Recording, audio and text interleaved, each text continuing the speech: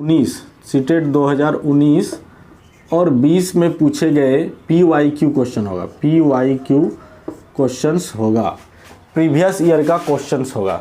CTET के 2020 में और 2021 में, ये 2019 में और 2020 में जो पूछा गया है उन्हीं से रिलेटेड क्वेश्चंस होगा।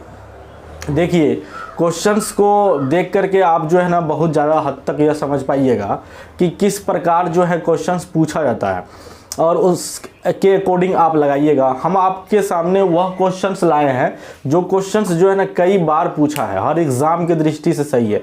ये जो क्वेश्चंस देख रहे हैं आप, 1 नंबर का जो ये क्वेश्चंस है, यह क्वेश्चंस जो है आपको DSSB में भी पूछा हुआ क्वेश्चन है। ये DSSB में पूछा है और ये कॉन्सेप्चुअल क्वेश्चन है। इस प्रकार के क्वेश्चन पूछा जाता है। 1-2 क्वेश्चंस और हम करवाएंगे जो बार बार पूछा जाता है सीटेट में, तो वह भी हम करवा लेंगे। तो चलिए क्वेश्चंस को देखिए और बनाने की कोशिश कीजिए कि किस प्रकार बनेगा। देखिए, किसी आयताकार खेत का विकर्ण, किसी आयताकार खेत का विकर्ण दिया हुआ है। देखिए, आयताकार खेत का विकर्ण दिया हुआ है 17 मीटर तथा परिमाप दिया हुआ है आपका 46 मीटर। परिमाप कितना दिया है? परिमाप 46 मीटर दिया हुआ है और विकर्ण कितना दिया है? 17 मीटर। विकर्ण 17 मीटर दिया हुआ, दोनों मीटरे में है तो दिक्कत तो कुछ नहीं होने वाला है। चलिए आगे बढ़ते हैं। खेत का क्षेत्रफल आपसे मांग रहा है। क्या होगा? आपका खेत का क्षेत्रफल आपसे मांग रहा है, तो खेत का क्षेत्रफल आप कैसे निकालिएगा? देखिए, आपका ऑप्शन है ए में 120 है, 32 है, 289 है और 112 है। 4 ऑप्शन सभी आपको दिया हुआ है, तो इनको आप लगाने की कोशिश कीजिए। उसके बाद फिर हम आपके साथ साथ हम भी लगाएंगे और फिर इसको सॉल्व कर देंगे। देखिए, सबसे पहले जो ये क्वेश्चंस है यह कह क्या रहा है उसको समझिए। ये देखिए, एक आयत है और इस आयत के विकर्ण जो है, वह विकर्ण जो होता है, ये जो विकर्ण है, इस विकर्ण का मान दिया हुआ है 17 मीटर। इस विकर्ण का मान कितना दिया हुआ है? 17 मीटर इस विकर्ण का मान दिया हुआ है। उसके बाद जो ये आयत का परिमाप दिया हुआ है, परिमाप 46 मीटर। तो हम जानते हैं कि आयत का परिमाप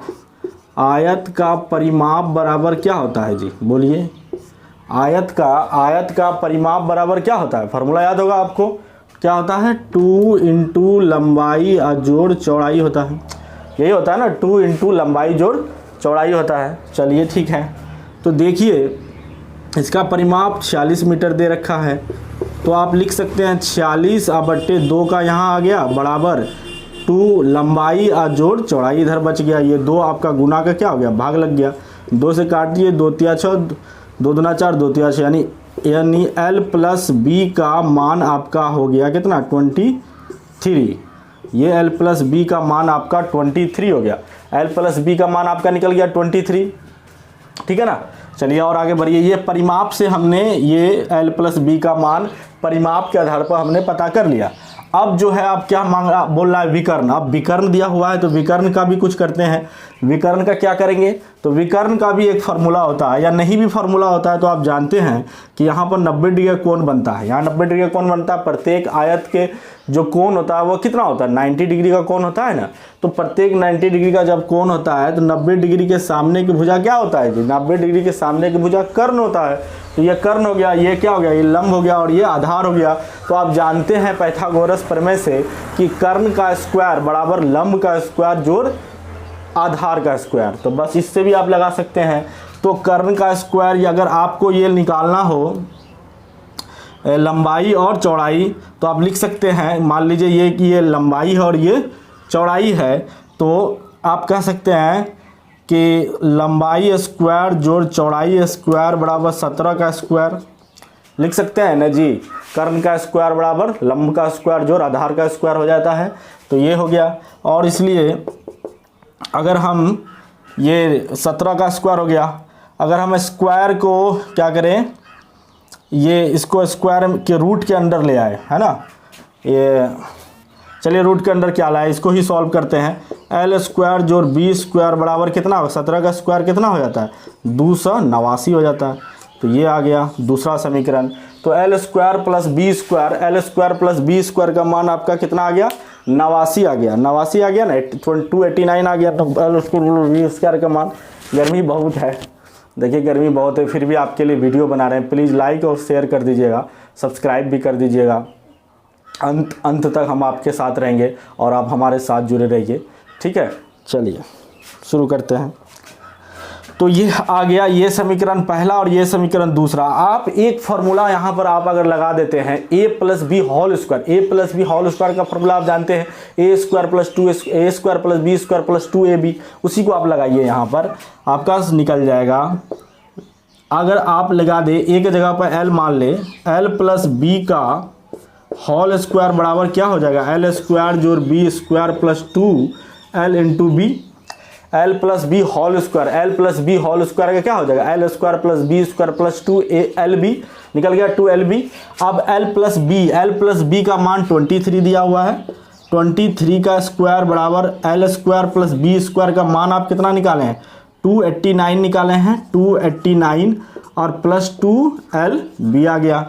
तो ये आप इसको सॉल्व कीजिए, 23 आ गया, 23 का स्क्वायर कितना हो जाएगा, 23 का स्क्वायर करके देखिए, 23 इंटू 23 यही ना होता है, 23 को 23 गुना कीजिए, 3 तिया 9, 3 दूना 6, 2 तिया 6, 2 दूना 4, 9 6 6 12, 4 1 5, 529 होता है। वैसे भी आपको याद होना चाहिए कि क्या होता है। तो 529 हो गया 23 का स्क्वायर, तो 23 का स्क्वायर हो गया 529 और माइनस 289 इक्वल टू इधर हो गया 2lb हो गया।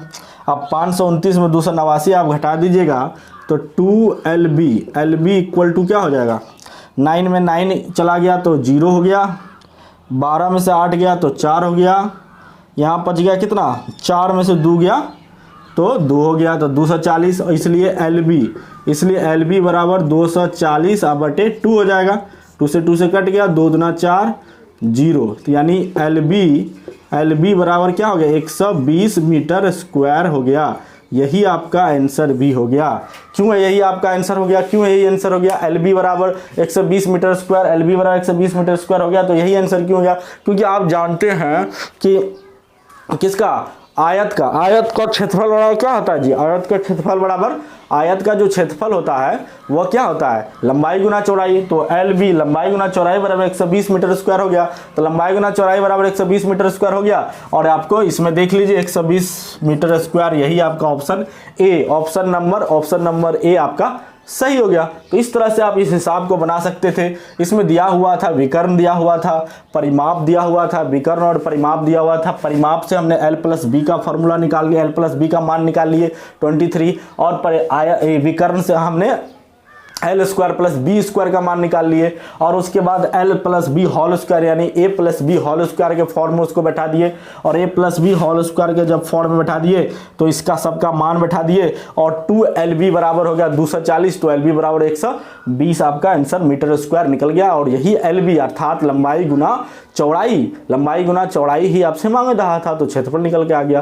तो इस तरह से यह हिसाब बहुत ही इंपॉर्टेंट हिसाब है, VBI इंपॉर्टेंट क्वेश्चन है यह, क्योंकि यह कई बार एग्जाम में पूछता है। इस प्रकार का हिसाब कंपटीशन में भी पूछता है, KB में, DSSB में भी पूछा है, या DSSB में भी, CTET में तो पूछा ही है, 2020 का क्वेश्चन है यह।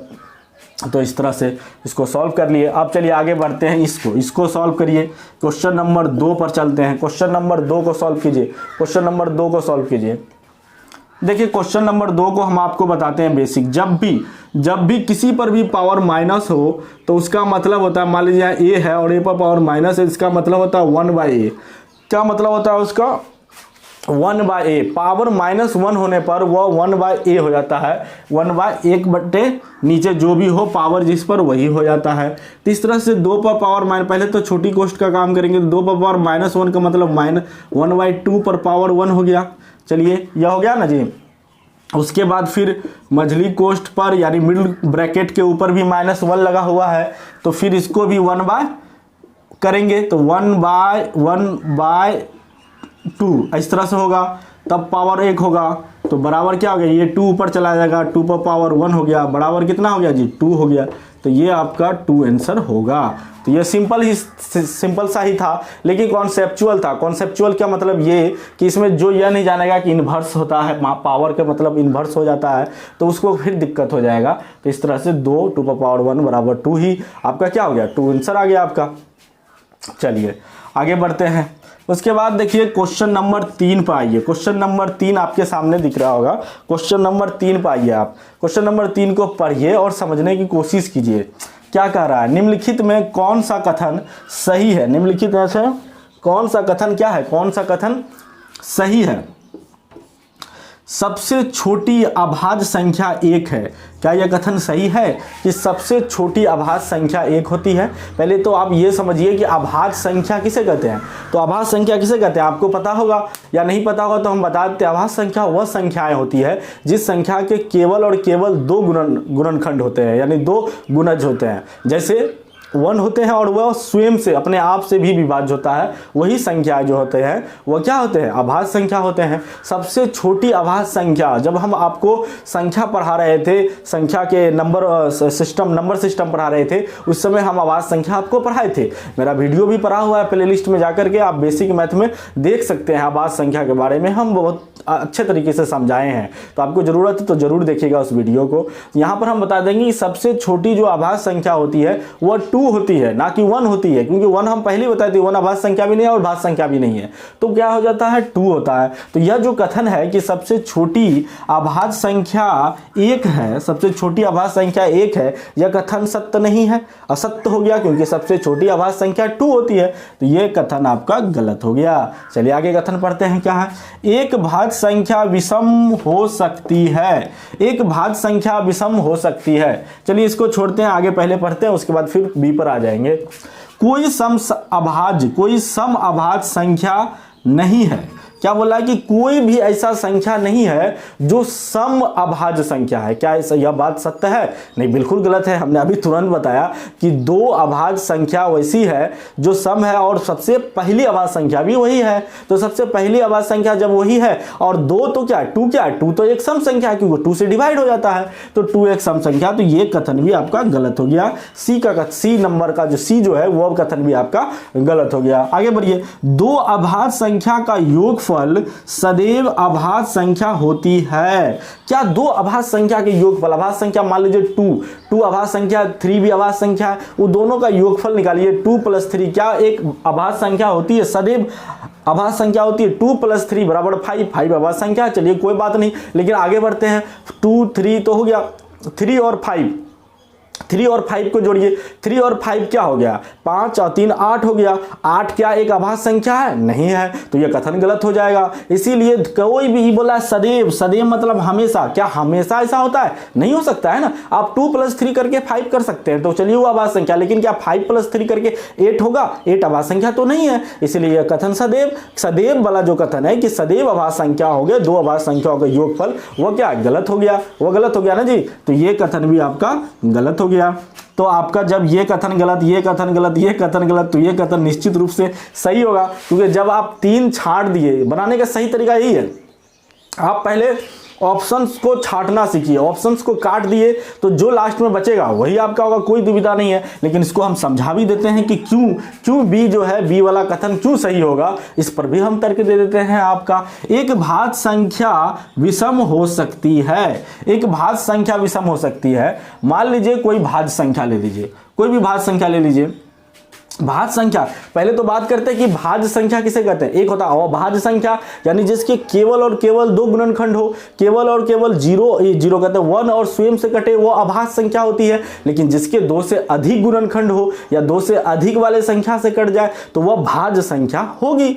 तो 2 से अधिक, जैसे मान लीजिए कि 4 क्या है जी? 4 एक भाज्य संख्या है। क्यों 4 भाज्य संख्या? इसलिए 4 भाज्य संख्या कि यह 1 से भी कट जाएगा, 2 से भी कट जाएगा और स्वयं 4 से तो कटेगा ही कटेगा, तो 3 हो गया। तो ये 4 भाज्य संख्या है। उसके बाद 5 तो अभाज्य संख्या हो गया। 6 भी क्या अभाज्य संख्या है? 6 भाज्य संख्या, 6 भी भाज्य संख्या। क्यों? कि 2 से भी कटेगा, 3 से भी कटेगा, 1 से भी कटेगा, 6 से भी कट जाएगा, तो ये भी क्या हो गया? ये एक भाज्य संख्या हो गया। लेकिन यह बोल रहा है कि एक भाज्य संख्या विषम हो सकती है, लेकिन ये देखिए आप, ये भी सम संख्या और ये भी सम संख्या है। तो आप कहिएगा कि नहीं सर सब तो सम ही आ रहा है, यह कथन कथन तो गलत लग रहा है हमको, विषम हो सकती है। लेकिन आगे बढ़ते हैं, 6 के बाद 7 तो एक अभाज्य संख्या है, 8 भी एक क्या है, भाज्य संख्या है, भाज्य संख्या है, लेकिन वह भी सम संख्या है, ये भी नहीं। लेकिन 9 का बारी जब आता है, जब 9 का बारी आता है तो 9 क्या है, 9 एक भाज्य संख्या भी है और एक अभाज्य संख्या भी है।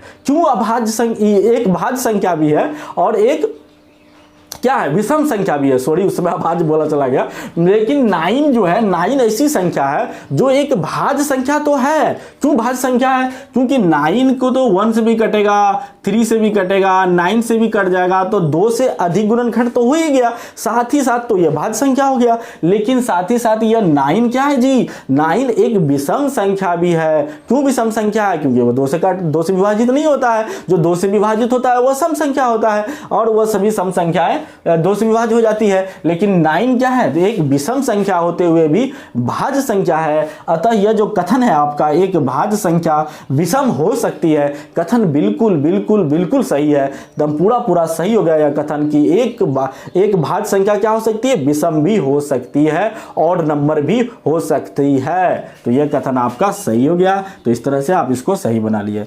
चलिए एक क्वेश्चन और है, ये 4 नंबर का क्वेश्चन है कि इतना का इकाई का अंक क्या होगा। इकाई का अंक, आपसे इकाई का अंक पूछ रहा है कि इकाई का अंक क्या होगा। आपको इस तरह का क्वेश्चंस हम कराए हैं, मेरा जो ना एक वीडियो पीछे पड़ा हुआ है, होगा तो आप जरूर देख लीजिएगा पीछे, वहां से आपको पता चलेगा। ये पूरा विस्तार से बताएं कि कैसे इकाई का अंक निकालते हैं, कैसे अभाज्य गुणनखंडों की संख्या निकालते हैं और कैसे अभाज्य गुणनखंडों की संख्या का योग निकालते हैं, सब बताए हैं, बहुत अच्छे से ढंग से बताए हैं। तो प्लीज आप विजिट कर दीजिए, मेरे प्ले लिस्ट में विजिट कीजिए, आपको वहां से मिल जाएगा।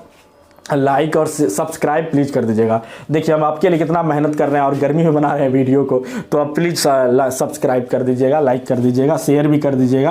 तो चलिए इस क्वेश्चंस को बनाते हैं कि 2 3 5 3 पर पावर 167। तो इसका इकाई का अंक जब भी पूछे, इकाई का अंक वाला जब भी पूछे, तो आपको कुछ नहीं करना है, जो आपका पावर है, जो संख्या के ऊपर जो भी पावर है, जो घात है, उसी घात को 4 से डिवाइड कर देना है। उस घात को 4 से अगर हम डिवाइड कर देते हैं, 4 से डिवाइड किए 167 को, तो 4 चौके 16, ये कट गया, उतरा 7, 4 दूना 8 नहीं लगेगा, 4 एक कम 4 ही लगेगा, कितना हो गया, 3 हो गया। 3 आपका क्या हो गया जी, शेष आ गया। जो शेष 3 आया आपका, जो शेषफल 3 आया, उसी शेषफल को इस संख्या के इकाई का अंक जो है, इस संख्या की इकाई का अंक कौन है, 3 है, तो 3 पर पावर उस शेषफल को मानेंगे घात के रूप में। 3 पर पावर जो संख्या का इकाई होगा, उस संख्या के 3 पर पावर घात के रूप में मानेंगे, किसको, शेषफल को मानेंगे। तो आप देखिए 3 पर पावर शेषफल को मान लीजिए, यहां पर क्या है जी, 3 है, तो 3 पर पावर आपका शेषफल 3 आ गया, तो आपको 3 × 3 × 3 हो गया, क्योंकि 3 पर पावर 3 का मतलब 3 × 3 × 3, तो 3 × 9 = 27 हो गया, 3 × 9 हो गया, 9 × 27, तो 27 के लास्ट में जो इकाई का अंक है वो क्या है, 7 है, तो यही आपका 7 आंसर हो गया, 7 आपका आंसर हो गया। तो 7 आपका इसका, तो इसका इकाई का अंक कितना हो गया जी, 7 हो गया। क्या दिखाई नहीं दे रहा, दिखाई नहीं दे रहा, तो यहां लिख देते हैं, ऊपर में आपको लिख देते हैं, देख लीजिए, हाँ यहां लिख देते हैं। तो ये जो 3 आया आपका शेषफल, तो शेषफल जब 3 हुआ तो इसका इकाई का अंक 3 है, तो इस पर पावर 3 लिख दिए। तो 3 का मतलब 3 × 3 × 3, 3 3 9 27, यानी 27 हो गया। तो इसका इकाई का अंक कितना है, 7 है, तो यही 7 आपका इस संख्या के इकाई का अंक क्या हो जाएगा, 7 हो जाएगा, निकल करके 7 आपका आ गया। अगर आप पूछ सकते हैं कि सर अगर इकाई का अंक, चलिए कोई संख्या आया तो ठीक है, लेकिन 4 आ गया तो क्या करेंगे। तो अगर 4 आपका इकाई का अंक कहते हैं, वह घात में अगर 4 से भाग देने पर 4 पूरा कट जाए, 4 नहीं आए मतलब 4 से पूरा भाग लग जाए, वह घात वाला जो पावर है पूरा अगर भाग लग जाता है, यानी शेषफल 0 आ जाता है, तो उस केस में आपको क्या मानना है, उस केस में आपको उसको 4 को क्या मानना है, तो उस पर पावर 4 मान लेना है, और 4 मान करके आप सॉल्व कर सकते हैं। तो इस तरह से जो है आप इसका निकाल सकते हैं। तो इस तरह से जैसे ही 0 आएगा तो उस पर पावर 4 आप मान लीजिएगा और उसको मल्टीप्लाई कर दीजिएगा, तो जो होगा वही हो जाएगा उसका आंसर, जो इकाई का अंक होगा वही उसका आंसर हो जाएगा। तो इस तरह से आप जो है इस 3 क्वेश्चंस आपको 3 से 4 क्वेश्चन आपको इंपॉर्टेंट सब हम करवा दिए हैं।